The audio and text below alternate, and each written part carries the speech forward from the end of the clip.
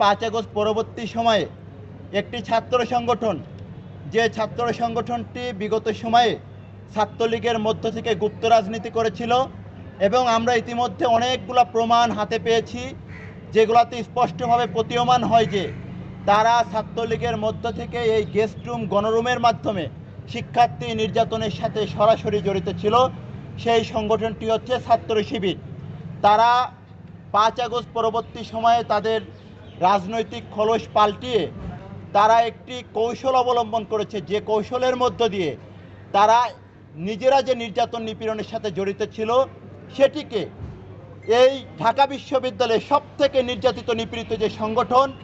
যাদের রক্তে রঞ্জিত হয়েছে এই ক্যাম্পাসের মাটি বারবার, সেই সংগঠন বাংলাদেশ জাতীয়তাবাদী ছাত্র দলের নামে বিভিন্ন অপতথ্য, প্রপাগান্ডামূলক এবং সাধারণ শিক্ষার্থীদেরকে বিভিন্ন সময় বিভ্রান্তি করার জন্য তারা গেস্ট রুম গণরুম ফিরিয়ে আনবে এরকম একটি প্রপাগান্ডা 5 আগস্ট পরবর্তী সময় থেকে চালিয়ে আসছে। কিন্তু আমরা দেখেছি সম্প্রতি বেশ কিছু হলে ইতিমধ্যে তাদের গেস্ট রুম গণরুমের যে আমলনামা এবং যে হোয়াটসঅ্যাপ মেসেঞ্জার গ্রুপে তারা যেভাবে নির্দেশনা দিত, শিক্ষার্থীদেরকে সরাসরি হুমকি প্রদান করত,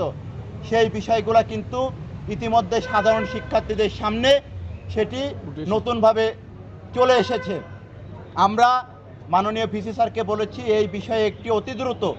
স্বাধীন তদন্ত কমিশন গঠন করে তাদের বিরুদ্ধে শাস্তিমূলক ব্যবস্থা গ্রহণ করতে হবে।